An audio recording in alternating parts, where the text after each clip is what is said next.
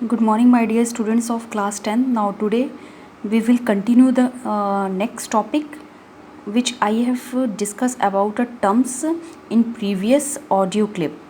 So, today the topic is how the transportation of food and other substance takes place.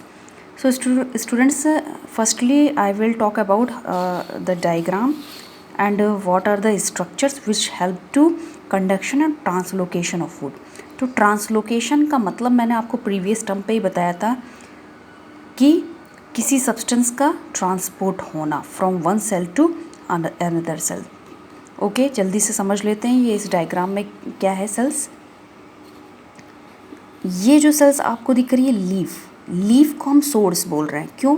क्योंकि leaf जो है that form the glucose in large quantity, यानी कि इसको हम बोल सकते हैं एक तरह से ग्रीन पार्ट, यानी कि source is green part and always having large amount of glucose.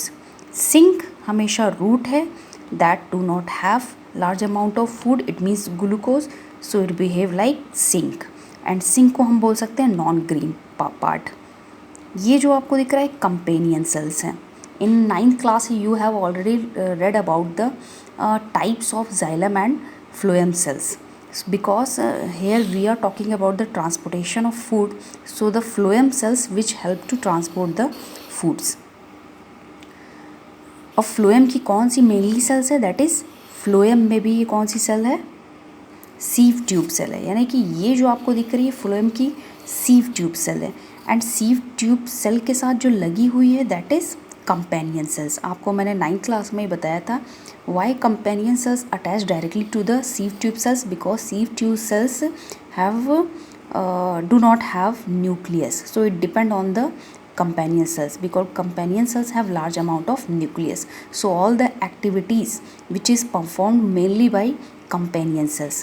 अब कैसे ट्रांसपोर्टेशन हो रहा है, यानी कि ये फ्लोएम की सीव ट्यूब सेल्स एंड इसके साथ जो अटैच हुई लगी हैं दैट इज़ कंपेनियन सेल्स। इसी के पैरेलली लगा हुआ है जाइलम की वेसल्स, यानी कि जहाँ से पानी का ट्रांसपोर्टेशन हो रहा है, अपवर्ड हो रहा है। अब how the transportation takes place, firstly when large amount of glucose formed by leaf by the process of photosynthesis, but in previous audio clip I have already discussed why glucose not transport, so that glucose in leaf number of glucose molecule combine to form sucrose, and that sucrose is now transport, यानी कि ये यहाँ से पास हो रहा है in phloem cells by this companion cells, because companion cells provide large amount of energy to transfer this sucrose molecule from leaf to phloem cells of the phloem cells, मतलब sieve tube cells of the phloem.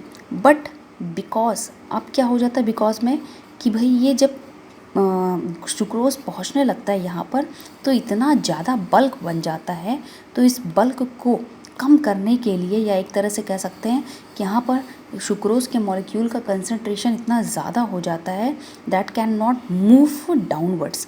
So xylem में water जो होता है osmosis के through, यानी कि high concentration से low concentration पानी फ्लोएम में जाने लगता है, और ये फ्लोएम क्या करता है, इस मास को, बल्क को एक कहाँ पर पहुँचाने लगता है, सॉल्युबिलिटी कम करने लगता है, एक तरह से कंसंट्रेटेड की बजाय सॉल्युबल होने लगता है, और सारे सुक्रोज के मॉलिक्यूल कहाँ ट्रांसपोर्ट होने लगते हैं, from upward to downward towards root cell. यानी कि यहाँ पर अगर आपसे क्वेश्चन पूछे कि लीफ से कंपेनियन सेल्स में आने के लिए सुक्रोज को क्या करना पड़ रहा है, एनर्जी को खर्च भी करना पड़ रहा है, यानी कि एक्टिव ट्रांसपोर्ट करना पड़ रहा है।